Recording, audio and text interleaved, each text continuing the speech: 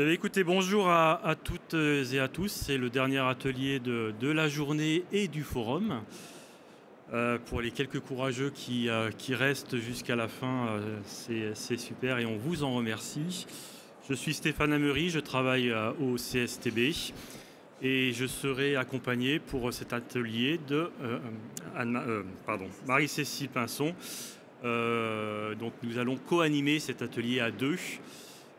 Et auront le plaisir donc de vous présenter un certain nombre de projets qui se sont appuyés sur les logiques et les stratégies de réemploi et donc qui vont vous être partagés durant ces quelques minutes et quelques temps à venir. Pour démarrer, quelques mots d'introduction pour vous partager un petit peu le contexte. Déjà, vous rappeler que nous allons, au travers de cet atelier, explorer un certain nombre de défis et d'opportunités en lien à ce que l'on appelle l'urban mining, la mine urbaine. Car en effet, aujourd'hui, nous faisons face à un enjeu un peu crucial, que nous considérons en tout cas crucial, qui est celui de passer d'une construction basée sur l'utilisation massive de ressources neuves, ce que l'on appelle l'économie linéaire, à celle d'une approche qui intègre le réemploi et le recyclage comme logique conventionnelle, ou en tout cas ce sont des logiques que nous avons et nous devons pousser de plus en plus à l'avenir dans la filière construction. Alors, il ne s'agit pas simplement de surmonter des obstacles techniques face à ces défis, mais aussi de transformer nos pratiques en profondeur, qu'elles soient économiques, sociétales ou organisationnelles. On s'en rend compte, le réemploi, le recyclage n'est pas qu'une affaire de technicité, mais ce sujet embarque bien d'autres enjeux, qu'ils soient économiques, sociétales, de solidarité ou organisationnelles. Un seul chiffre à vous partager, le secteur de la construction, vous le savez peut-être, c'est 40 millions de tonnes de déchets générés chaque année. À titre de comparaison, les êtres humains que nous sommes, au sein de la société française, dépensons 30 millions de tonnes de déchets annuels. Vous voyez que le domaine de la construction à lui seul génère plus de déchets que nous-mêmes en tant qu'humains dans notre activité quotidienne. Et ces déchets, aujourd'hui, ce sont des déchets et nous devons absolument repenser nos méthodes de travail pour faire de ces déchets une valorisation de ces matériaux qui deviendraient demain de véritables ressources à l'usage de nos projets de construction. Il se trouve qu'au CSTB, ce sujet, on en a fait un sujet stratégique. C'est un domaine, ce qu'on appelle un domaine d'action stratégique. Domaine d'action stratégique qui repose sur un même niveau que les enjeux d'adaptation et d'atténuation du changement climatique que nous portons déjà au sein de notre structure depuis des années. Pour vous dire à quel point nous considérons que le sujet des ressources, c'est vraiment le sujet de demain que nous allons devoir adresser de plus en plus. Et nous en avons fait donc un domaine d'action stratégique, une priorité. Et au travers de cette priorité, nous allons essayer dans les années à venir de travailler sur plusieurs axes. Le premier va consister déjà à essayer de déterminer, de mieux maîtriser la potentialité de notre parc immobilier et de la disponibilité de ces ressources. Il faut connaître notre parc immobilier, les ressources disponibles pour pouvoir les utiliser, afin d'anticiper l'adéquation entre les besoins et les ressources nécessaires au projet de construction du futur. Une fois qu'on saura maîtriser ce parc, les flux entrants-sortants, il s'agira de valoriser ces ressources et de travailler sur des leviers scientifiques, techniques, organisationnels pour mieux les valoriser par des logiques dites d'éco-conception en particulier. Et typiquement, à titre d'exemple, nous allons devoir travailler en conception de plus en plus à des logiques de démontabilité pour être en capacité, lorsque l'on construira demain, que ce soit en rénovation ou en neuf, d'être capable de récupérer ces produits plus facilement que nous ne pouvons le faire aujourd'hui et de les réintégrer dans le cycle et dans le flux de nos ressources pour construire les projets de construction de demain. Donc ensemble, cet après-midi, au travers des projets concrets qui vont vous être présentés, nous allons discuter de différents leviers, qu'ils soient scientifiques, techniques, organisationnels, économiques, sociétals, qui vont nous permettre de faire de l'économie circulaire une réalité demain dans nos projets immobiliers. Tout cela en fédérant l'ensemble de la chaîne d'acteurs, que ce soit les entreprises, les artisans, les usagers, les industriels, mais aussi les prescripteurs, et pour faire de ce que l'on appelle donc l'urban mining une solution fiable, durable et surtout créatrice de valeur. C'est bien l'enjeu. Donc, merci de votre présence et de votre engagement autour de ces sujets par votre présence cet après-midi. Je vous souhaite une bonne séance à tous. Je vais laisser la parole à Marie-Cécile pour vous donner quelques mots complémentaires et puis nous allons démarrer les présentations avec les retours d'expérience de différents projets.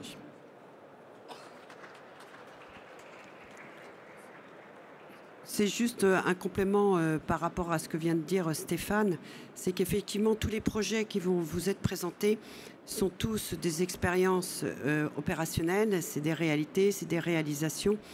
Et ce qui est important de comprendre aussi dans cette économie circulaire qui est à l'échelle du bâtiment, à l'échelle de la parcelle, à l'échelle de l'urbanisme, parce que finalement on passe à cette échelle-là, c'est tout le travail sur les flux de matière, parce que l'économie circulaire, on peut dire qu'on joue sur deux choses, la matière et l'énergie. On ne va pas parler de ce deuxième point, on va surtout parler de flux de matière.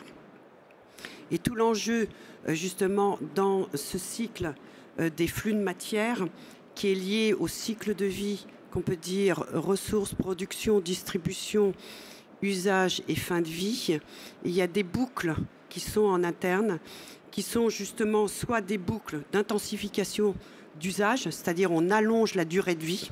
Il y a l'enjeu de la durée de vie. Et effectivement, nous, on est sur des matériaux où la durée de vie peut être très longue. Il y a l'enjeu du reconditionnement de cette matière. Donc, on va avoir des exemples autour de ces projets-là.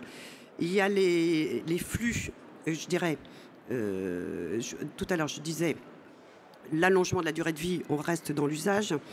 Il y a le réemploi qui est tout de suite la boucle, c'est-à-dire un même produit où on le réutilise, soit sur le même chantier ou on va l'utiliser sur un autre chantier. Et c'est souvent dans les diagnostics, on garde, c'est-à-dire on est dans le même usage. Il y a le reconditionnement, c'est-à-dire on reconditionne, et c'est vrai que c'est intéressant, il y a des exemples qui le démontrent bien. Et puis après, il y a la grande boucle qui est le recyclage, c'est-à-dire j'en prends une matière et j'en fais un autre matériau. Donc, effectivement, de parler de l'économie circulaire, il faut bien prendre en compte tous ces flux de matière et qui impliquent des logiques industrielles, de plateformes, de ressources, de diagnostics, d'expertise et qui entraînent justement la complexité de l'économie circulaire. Donc là, on va vous donner la parole. On va démarrer. Donc je vous propose de démarrer avec nos premiers intervenants. Alors ils sont déjà sur place, donc c'est parfait. Je n'ai pas besoin de les inviter à monter sur scène. Donc nous accueillons Johan Froissart et Natacha Fricou d'Atelier Novembre Architecture et Lucie Guinet d'Albert & compagnie pour nous parler d'un sujet autour de la mutation de l'existant. Donc le titre de leur présentation s'intitule « Greffe contemporaine et économie circulaire pour le renouveau d'un équipement universitaire ». On vous laisse la parole. Alors, comme pour tous les intervenants, vous aurez à peu près 15 minutes d'intervention. On essaye de se laisser 5 minutes de questions-réponses, si c'est possible, en fonction du temps de votre présentation. Merci. Ça marche. Oui, bonjour à tous. Donc, Natacha Fricou, architecte chez Atelier Novembre. Alors, je vais simplement introduire un petit peu le projet. Voilà, donc la thématique c'était la mutation dans les projets d'architecture. Et le projet que nous allons présenter est un projet pilote qui a été mené avec le rectorat de Besançon dans le réemploi d'un bâtiment, dans le réemploi plutôt à grande échelle, hein, d'un bâtiment du 1000 m².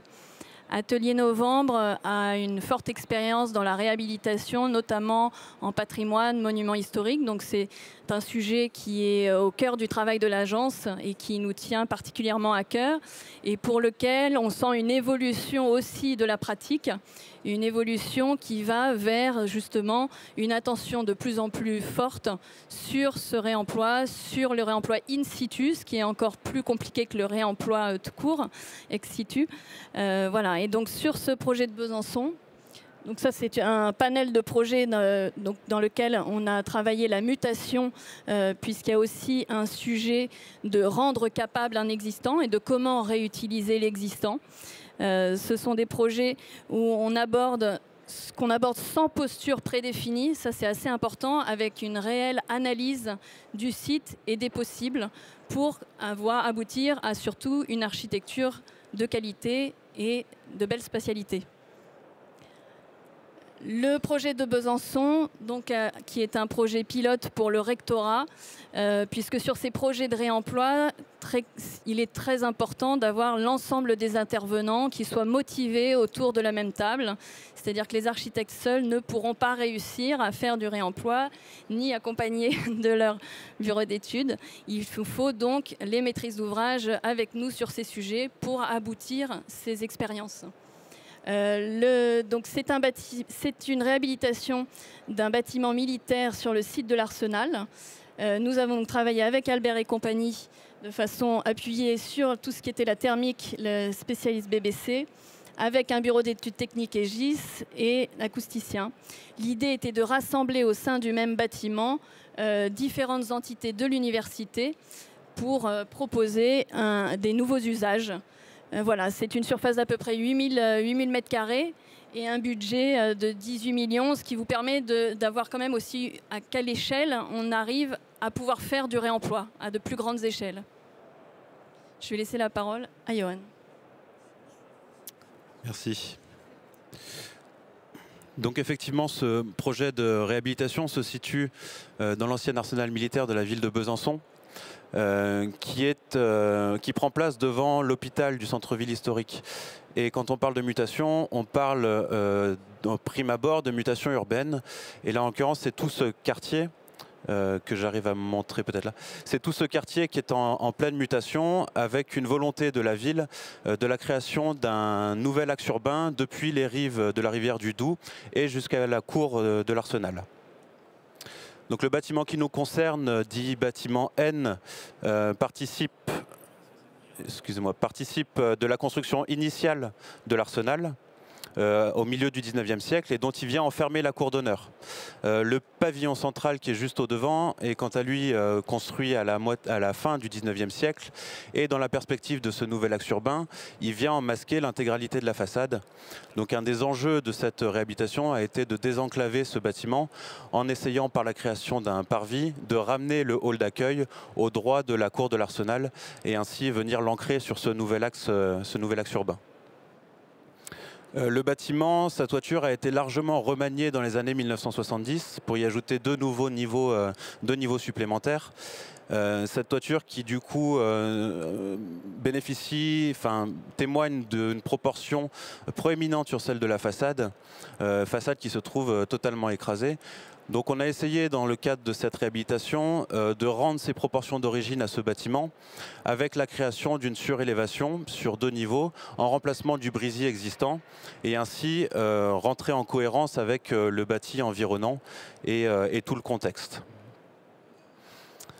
Dans le prolongement du parvis que nous avons créé, le hall d'accueil qui se développe sur deux niveaux distribue les entités fonctionnelles les plus publiques du projet avec la salle de spectacle à gauche et l'amphithéâtre de conférence à droite.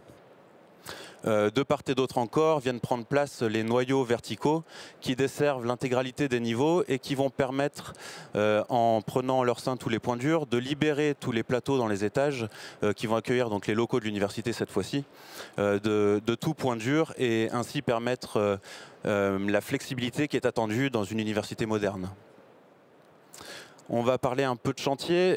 Donc dans la partie centrale, les locaux dont on vient de parler, d'une grande exigence fonctionnelle, ont nécessité des travaux de démolition importantes pour retrouver les caractéristiques d'origine du bâti, avec notamment donc, ces baies de façade qui ont été réouvertes avec les niveaux entre-sols qui ont été démolis, permettant de rendre du coup à voir au travers de ces baies, dans ces espaces-là de fonctionnement, de retrouver des grands espaces, de retrouver des qualités pour un nouveau confort pour les usagers.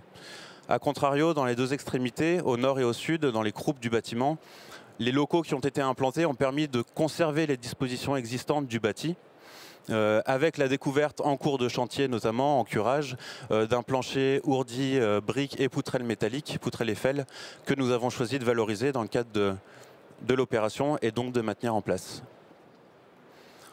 Ce sont donc les deux croupes du bâtiment qui sont finalement maintenues dans leur intégralité, avec dans les niveaux inférieurs les structures maçonnées qu'on a vues à l'instant, et dans les niveaux supérieurs, cette fois-ci, cette toiture des années 1970, avec ces arbalétriers de charpente et ces planchers bois que nous avons décidé de maintenir en place. Il y avait une volonté très forte dans cette opération de maintenir également toute la charpente dans la partie courante, ce qui était prévu dans les marchés des entreprises lors de la passation des marchés. Cette charpente a finalement été déposée pour des questions de méthodologie de chantier et sera reposée dans un second temps. On en parlera tout à l'heure. Un petit point de détail sur la surélévation qui vient composer avec l'existant et donc avec ces arbalétriers de charpente ici qui sont maintenus en place. La surélévation de la façade à la verticalité de la façade existante est maintenue par le comblement de ces arbalétriers avec un mur à ossature bois qui va servir d'ossature primaire et pour la façade et pour le terrasson. Donc cette toiture à faible pente qui fait ici le lien entre la façade nouvellement créée et la toiture, le rampant de toiture existant que nous avons conservé dans ces dispositions. La matérialité de cette façade donc s'est portée sur l'acier dont la sobriété va rentrer en cohérence avec la matérialité du site, la matérialité de la pierre des façades maçonnées et des tuiles en terre cuite de la toiture existante. Quelques images ici de l'ouvrage de dépose et de repose des fermes en chronologie, donc avec le maintien en place des deux croupes nord et sud. La dépose des fermes qui ont été stockées sur la place d'Armes pendant que le gros œuvre en arrière-plan derrière est en train de se monter avec les deux noyaux à l'aplomb des deux croupes qui sont visibles ici. Dans un second temps, ces fermes de charpente au niveau de la place d'Armes ont été donc modifiées à pied d'œuvre et enfin remises en place sur la corniche existante. Un petit zoom ici avec donc des éléments d'une importance considérable parce qu'on a quand même des charpentes qui font près de 12 mètres de haut, qui pèsent 5 tonnes chacune. Donc une vraie gageure de méthodologie à la remise en œuvre avec donc les platines existantes en place, qui ont été maintenues en place, qui vont permettre de rechausser ces charpentes et la modification au sol avec le sillage des entrées qui va permettre donc d'être reconnecté aux platines existantes sur le noyau béton central.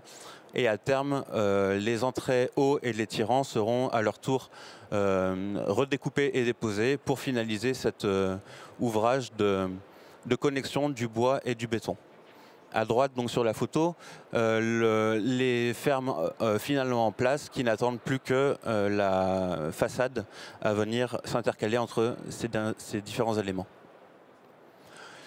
Particularité aussi de cette opération, c'est que la maîtrise d'œuvre a à son compte, à sa charge, la production des documents d'exécution, ce qui n'est pas négligeable dans l'aboutissement de la conception, parce qu'on a gardé au sein de l'équipe de maîtrise d'œuvre donc les sujets techniques le plus longtemps possible avant de les donner aux entreprises.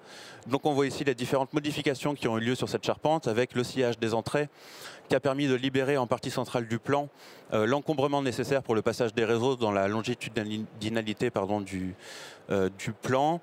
Les pannes rehaussées qui, en réemploi, ont réutilisé les pannes préexistantes, qui ont été doublées ou triplées avec des solives, des planchers qui étaient préexistants. Et enfin, les deux murs à ossature bois périphériques, latéraux, qui ont permis d'accueillir la façade. Petite image du stockage des fermes et du prototype de façade ici, qui a été indispensable donc, pour gérer les interfaces entre les différents corps d'État, entre les façadiers, les charpentiers, mais aussi les maçons, avec la connexion pour le bois et le béton. Sur la droite, deux photos des deux niveaux de cette surélévation. Au niveau bas, au deuxième étage, dans la croupe sud, avec les planchers bois conservés et leur prolongement jusqu'à la façade nouvellement créée. Dans la croupe au troisième étage, les vues dégagées sur le Grand Besançon. Je passe très vite donc sur la couverture, histoire de parler un petit peu de réemploi et finalement une image de cette greffe contemporaine périphérique qui maintient le volume des combles dans leur intégralité. Les tuiles existantes ont été conservées pour pouvoir être réutilisées en pavement de sol, posées sur champ et noyées dans un coulis.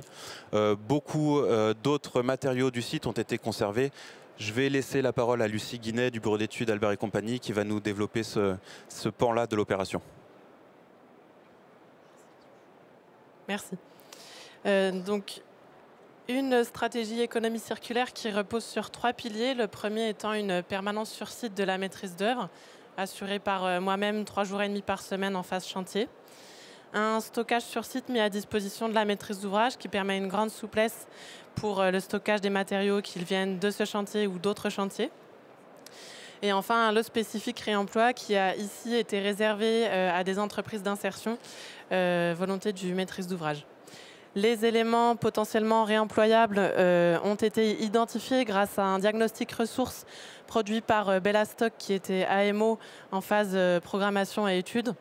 Nous avons déposé 396 tonnes de matériaux, dont nous prévoyons 88% en réemploi in situ.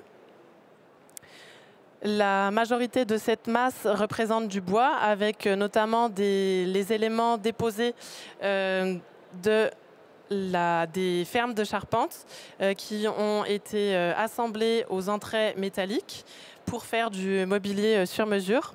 Également les chevrons qui ont été déposés, décloutés un à un et qui vont être utilisés comme structure pour des panneaux d'ossature, pour des panneaux de vêture dans les amphithéâtres.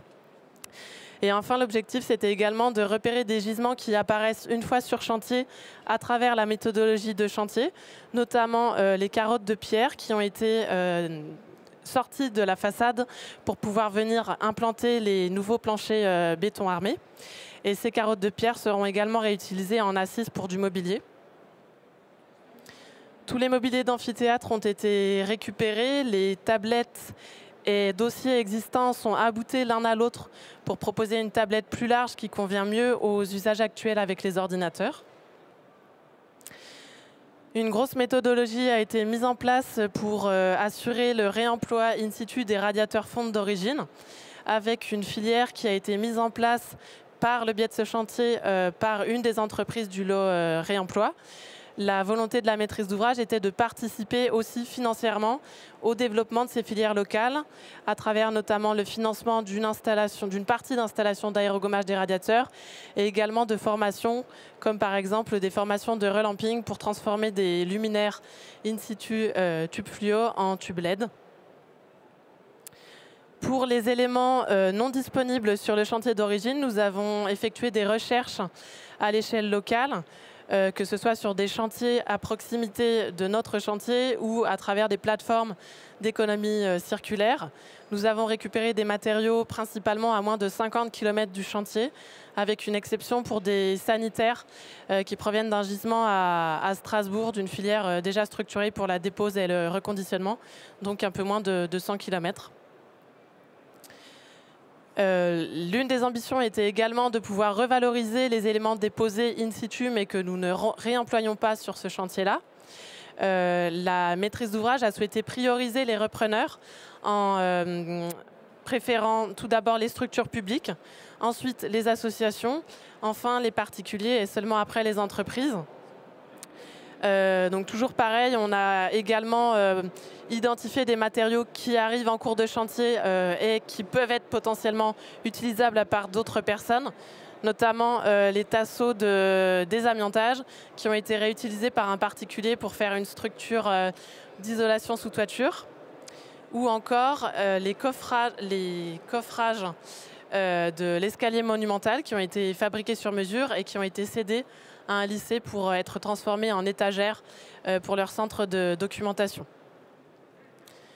Et enfin, la dernière mission de cette permanence économie circulaire était d'avoir un volet sensibilisation avec les acteurs extérieurs au projet, ce qui se traduit par le biais de visites de chantier à destination des scolaires ou des professionnels, des formations à la journée sur le thème de l'économie circulaire. La maîtrise d'ouvrage a également financé un journal de chantier mensuel qui permet d'avoir un historique de tout le chantier et d'avoir une compilation à la fin du chantier et de permettre d'avoir un retour d'expérience.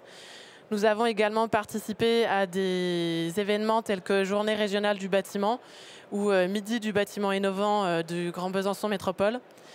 Nous avons aussi participé à la relecture de certains guides Spirou du CSTB avec les radiateurs, les sanitaires et les luminaires. Et enfin, à venir prochainement, une visite du chantier sur le thème du béton de chanvre avec une démonstration de projection le 13 mars. Donc si vous êtes dans les parages, n'hésitez pas à venir. Merci.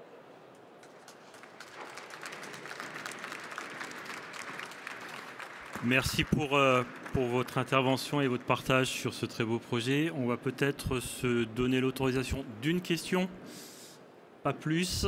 Le temps est un peu compté. Bonjour, merci beaucoup. Très rapidement, quelles sont les entreprises titulaires du lot réemploi? C'est qui répond à ce lot en fait? Alors là, c'est porté par un groupement de 3 entreprises. Donc c'était réservé à des structures d'insertion, d'économie sociale et solidaire, qui n'étaient pas forcément toutes spécialisées dans tous les domaines. Et là, elles ont adapté, justement, elles ont répondu avec ce groupement. Il y en avait une qui était déjà spécialisée dans la dépose-démolition, donc qui a fait toute la partie dépose soignée. Une autre qui avait plus de matériel pour faire tout ce qui était reconditionnement, qui travaille aussi sur les espaces verts, mais là, ça n'a pas trop d'intérêt pour ce chantier. Et la dernière entreprise qui a fait la filière de retraitement des radiateurs, elle était plutôt spécialisée en ressourcerie et avait déjà une cabine d'aérogommage pour faire plutôt des petits éléments particuliers type volet ou table d'extérieur.